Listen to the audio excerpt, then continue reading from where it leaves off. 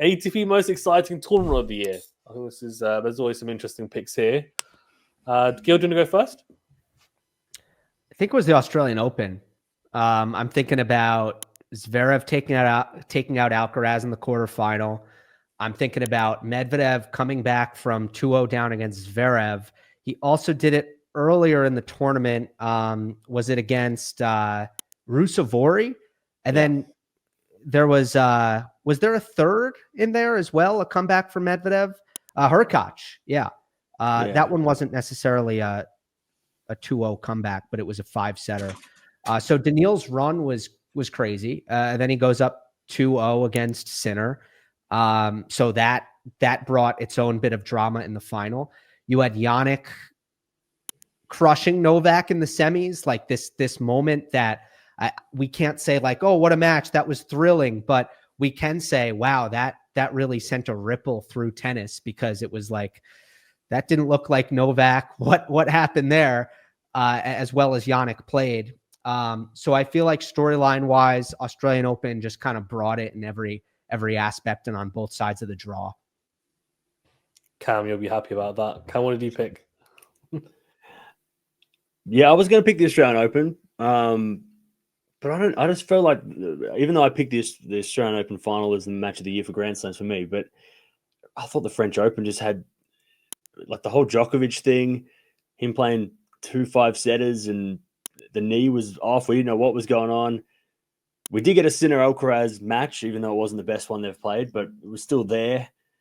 The final was like you said, you know, it had that drama at the end.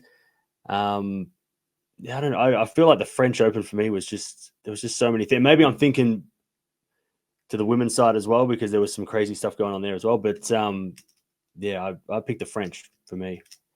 Okay. Anthony?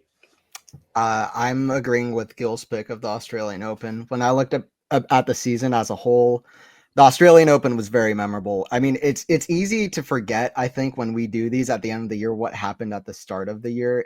You know, you have to do your research and really look back. But when I look back at the Australian Open, I remembered that it tied up the most 5-setters that we had at any slam. It had like 35 5-set matches. There was a point where Zverev and Casper were both in a 10-set tiebreaker, like 5 minutes apart, escaping Purcell and Klein. And there were so many exciting moments. Gil, you named a lot of them, but others like Alcaraz versus Sonego was a very good 4-set match. Khachanov versus Sinner was very good. Rublev versus de Minaur was a great match. Like, there were so many good matches. And honestly, at the US Open, even though I felt like it was a good tournament with a lot of 5-set matches, it didn't have a lot of quality, memorable moments. Whereas the Australian Open had a lot of quality moments. And even the match that we chose as the match of the year also was the final. So it's always nice to end it on a good note like that. So I had to go with Australia as well. Yeah, I agree with you, Anthony and Gil, as well. I thought the Australian Open, I think there's also an advantage with it being at the start of the year. And because the majority of players are fresh, and I know Alcaraz was injured last year, but this year obviously he was fine. And we saw Zverev beat him. That was a bit of an upset, even though Alcaraz hasn't made a semi-final of the Australian Open before, but people were expecting him to do something. And the US Open, as you said, Anthony, didn't really have many good matches. And I feel like it's almost done dirty in a way, because when it gets to the US Open, there's so much tennis play that a lot of the players are on there. Some of the players are just completely fatigued, I think, from the rest of the season, if they're playing so many matches throughout the year at times.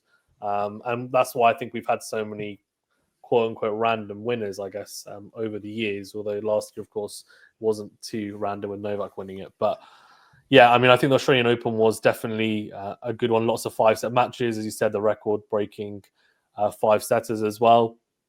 And Jannik winning his first ever slam. And the Djokovic match was definitely a big moment, I think, for the season, where it kind of, you looked at it and thought, okay, this season could shape up a bit differently after he just won 3 out of the 4 slams last year. So I do wonder if Novak had won that, who knows, it's one of those what if moments, could, you know, what would have happened potentially throughout the year. But yeah, phenomenal tournament, and looking forward to it. It's only around the corner, so I Yeah. think I just have to mention the irony of us outvoting Cam here on this category. I think it just has to be mentioned. Like It's true. I'll tell you what, it was like 1% either way. I was like, oh, Australian Open, French Open, Australian Open. yeah, I could easily be. 100%. And now that you're mentioning all those 5 setters, I'm like, oh yeah, there was like that Norrie Zverev match was a final set. There was so many. It felt like so Yep. many 10-point final set tie breaks too. I'm like, Yeah. yeah, okay. Yeah, Zverev should have it's lost chaos. to Lucas Klein. Like Lucas Klein had a Yeah. sitter volley to go up on Zverev. Yeah, there Right. were a lot of Yeah, like yeah. first week stuff. Yeah. Yeah, 100%. Yeah, and Purcell played out of his mind against Casper, but Casper Yeah. pulled through in the end. He did. Yeah, that was a quality match as well.